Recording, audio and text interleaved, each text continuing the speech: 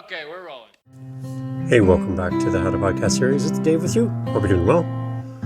We are just plugging away here, right? 365 days of content, just episode after episode every day. Well, it's great to be with you. We're going to talk about something that's interesting. The funny thing here is that there are things that no listener has ever asked me about when talking about my show. Like when I get to talk to people and sit down with a new listener or maybe a new guest who's coming on, who's listened to my podcast, some things just don't come up in conversation about my show.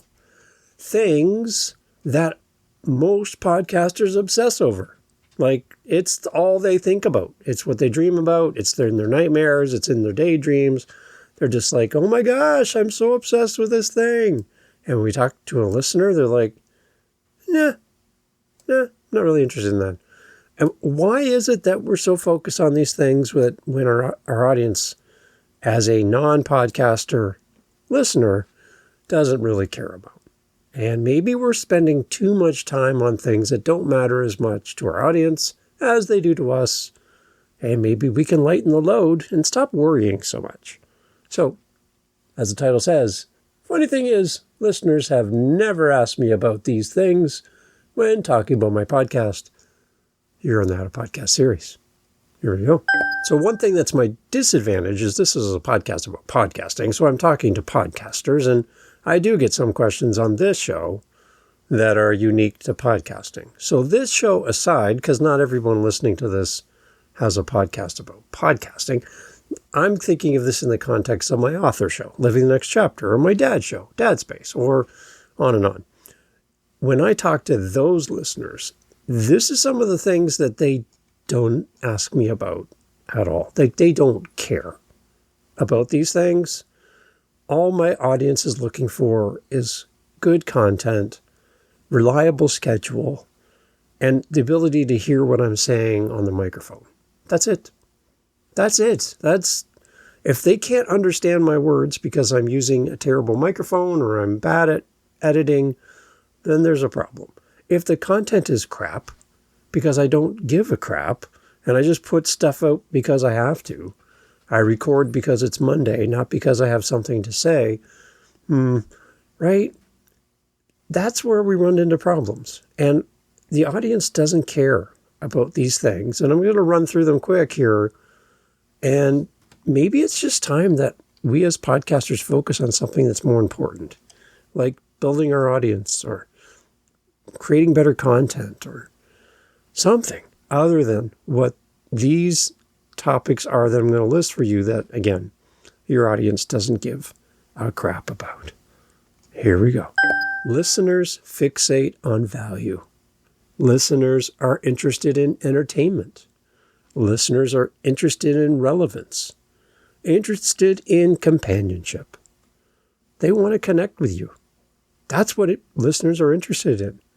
They are interested in what you do in your podcast and in your episodes, not the production, the polish, and the vanity metrics that you sweat over all the time. They don't see your analytics. They don't see your listener numbers. They have no idea and have a sweet clue about any of that stuff. They just know that you have a podcast. Podcasters obsess because these tangibles feel like success signals for us in podcasting.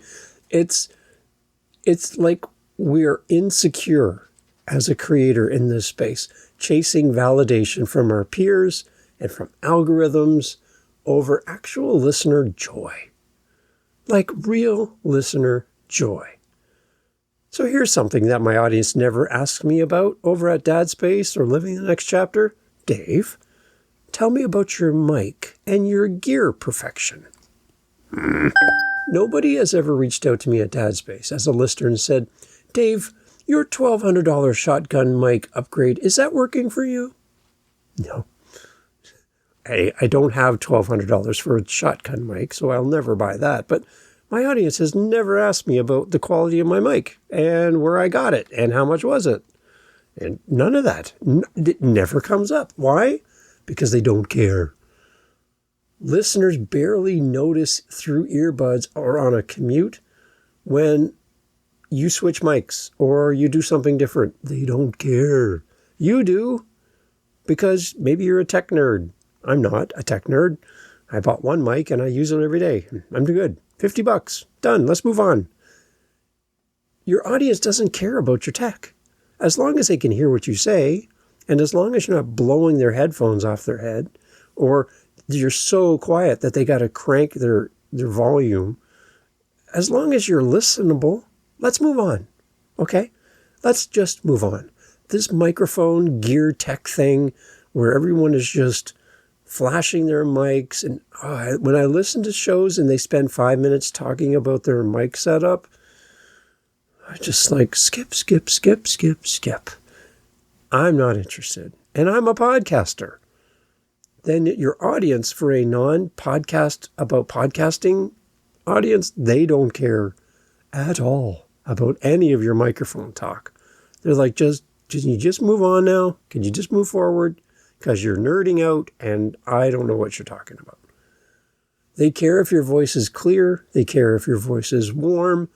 And they don't care about anything else. That's it.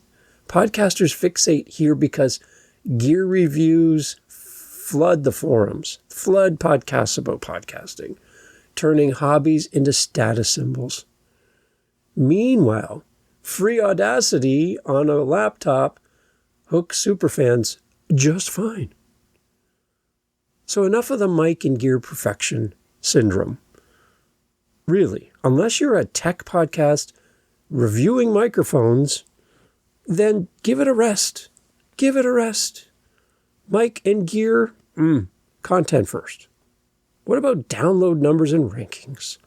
Do you think your audience really gives a crap about your download numbers and your rankings? Newsflash, no, they don't. You know who cares about your download numbers and your rankings? Top 100 podcast. No. You know who cares about that? Sponsors. Why? Because they love your show? No. Because they love your audience. They just want your audience. They don't care about what you talk about on your show, really. Who cares? I just want to get in front of your people and sell them my crap. That's the truth. And that's who cares about how many people listen to your show. That 47th percentile on Spotify, zero impact on retention. Listeners subscribe if episodes solve their problems, or if they entertain them, or if you're a good companion. Not if you hit 1,000 downloads this week.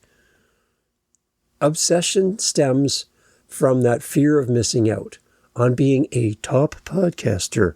These cliques, these lists, these groups, usually curated of friends of friends of friends, and nobody's allowed to get in because they're such a tight group. Nobody else is welcome, or you're a threat.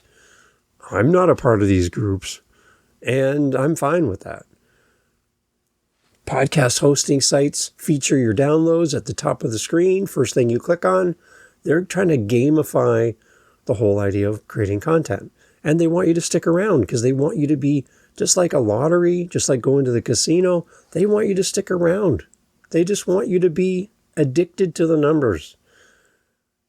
90% of your growth comes from shares, from people sharing your show, not from being on any chart, any podcast award, any of that stuff. It comes from your audience sharing your show. Download numbers and rankings, a big from me on that one. It's all about your audience connecting with you and talking about you behind your back in a good way. What about fancy editing tricks? So are we creating an audiobook? Are we creating an audio play? Or are we creating a podcast? Intro music swells, 17 different sound effects, AI noise reduction, and music beds upon music beds, and this and then that, and blah, blah, blah, blah, blah. Are we hiding content behind special effects? Are we trying to make up for a lack of commitment to making great content by hiding it behind all these different effects? I like putting effects. I have little things in here. I have little swipes between the this content to this content. I'm breaking it up into chunks to make it a little bit easier. I love adding little editing little things to my show. I think it makes it more interesting. But I hear people that go way to the extreme with their fancy editing tricks. And you're like, it's when raw authenticity is overrun by polish, that's where I kind of wonder. Podcasting tools are created to make your show better and pull out clips and la. We mistake busyness for quality. I sometimes believe in podcasting when listeners really just crave unfiltered stories and connection. They don't care about that other stuff. Fancy editing tricks? Do I believe you should edit your show? Oh, yes. And I can tell when you don't, because it's not great. Edit your show, but do you need to go overboard? No. Do you need to spend 40 hours on a 30-minute episode? No. What about episode length precision? Here's a fun one. My podcast must be 22 minutes and 37 seconds long in runtime. Okay. People fast forward your intros and your outros anyway to binge your show, sometimes even at 2 times the speed. So does the 22 minutes and 37 seconds really matter? I think value density matters, not the clock. Podcasters geek out on data-driven formulas, and they ignore superfans who devour 90-minute rants as if they're real gold. So you don't have the power over your audience you think you do. You can create and build whatever you think, but your audience at the end of the day is the ones that are going to decide if you're a success or not. So instead of worrying about hitting the clock and hitting the right time and being a 22-minute and 37-second episode, how about you just focus on giving great quality? Because value matters more than how long the show is. Every episode should be as long as it needs to be with no fluff and not stretching short amount of content into a long format. Be as long as it needs to be and make it valuable. There you go. That's the secret. Listeners care more about the aha moments in your podcast that make them want to text a friend like middle of your episode and go, I gotta tell somebody about this. Ditch the gear in envy. Stop with all the focusing on statistics and polish, and focus more on the content. Focus more on the connection. Pick a release schedule and stick with it. Focus on building the best content ever. Improve every episode. Practice. Get feedback. Ask your audience. And over time, your superfans will emerge. And they will start helping you. And they'll tell more people. And by doing that, your show's going to grow. Does your audience care about your microphone? No. Does your audience care about your download numbers and your rankings? No. Do your audience care about your fancy editing tricks and your episode length? No. What do they care about? Connecting with you. And if you can show up in a valuable way and serve your audience the best of your ability and give them something to talk about, that's all that matters. So do that on your next episode and drop all the other stuff because they don't care. They don't. Thanks for being here. Thank you so much for listening to the entirety of the episode, including this part. You know what? A lot of people leave right now. So we'll let them leave, give them a second to go. Okay, now it's just you and me. We have our meetups that we do for the How to Podcast series. We do them during the week, and we also do them on Saturdays. So twice a week, you have the opportunity to meet other podcasters, just like you. Some people have just started. Some people haven't even released an episode yet. Some have been doing it forever. And we get together and talk podcasting. We want to help you in community to continue with your show, to start your show, to grow your show. So come and meet listeners of this show in one space on meetup.com. Again, through howtopodcast.ca, you'll see the links. It's completely free to join. Come whenever you have an opportunity to come. There's no commitment. You don't have to sign any waivers. You can just come join us. Come join the conversation. We'd love to have you there, because the only thing that's going to make these meetups better is you being there. So I'm hoping you will say yes. And you'll say, Dave, I'm tired of podcasting by myself. I wish there were people I could connect with that are fellow podcasters and share my frustrations with guests who ghost me, and my editing software is crapping out on me, and I'm just having this hard time. I'm just having a hard time coming up with podcasts, episodes, and titles, and all the things, and social media. And wouldn't it be great to get in a room with other podcasters and share best practices and learn? 3 of our 4 Saturdays every month are themed. So you have a topic, but that last Saturday of every month is open question and answer. Ask anything. Come meet a podcaster. Come enjoy the podcasting community through howtopodcast.ca. Come to our meetups. Can't wait to see you there. You're still here. Well, that's good, because this is extra bonus stuff just for you. Nobody else is going to hear this, just you. So thank you for sticking to the end. I appreciate that. Question came in, Dave, I'm starting my show, but what happens if nobody listens to this? Like, what if I get no listens at all? Like, nobody ever presses play, and I record an episode, I put it up, and I have 0 downloads. What do I do? Do I stop? Do I keep going? What? Like, nobody's listening to this. So this has never happened to me. Knock on wood. This has never happened to me. But it could. It could happen to anybody at any time. Somebody's going to listen to this episode. Somebody's going to listen to that new episode you release. It's going to happen. Somebody's going to listen to it. It could be family and friends. It could be people who know you. Somebody's going to listen. If you tell people about it, there's a better chance that people are going to listen. If you record an episode, put it out there, and nobody even knows you have a podcast, I still think you're going to get found. What I do with new podcasters is we do what we call a soft launch of your show. And I do this for one big reason, is when people think that they need a big fancy launch schedule with the big announcements and balloons and toys for the children and a cake. It's like, no, you don't need a big launch for your show. Just like a big launch, just like a big wedding doesn't mean you're going to have a successful marriage. A big launch for your podcast doesn't mean you're going to be a successful podcaster. So we do a soft launch. We release your podcast. We create the trailer and a couple episodes, get you set up on all the apps, make sure everything's working. And once we're ready and you feel comfortable, then we tell people your podcast is live. And then people can go, and you know it's on all the apps. You know it's on Apple. You know it's on Spotify and Audible and YouTube and all those places, because you've checked, right? You're not guessing. You know it works. And once it's all ready, you tell people. Stores do this all the time. Restaurants do this. Bake shops, coffee shops.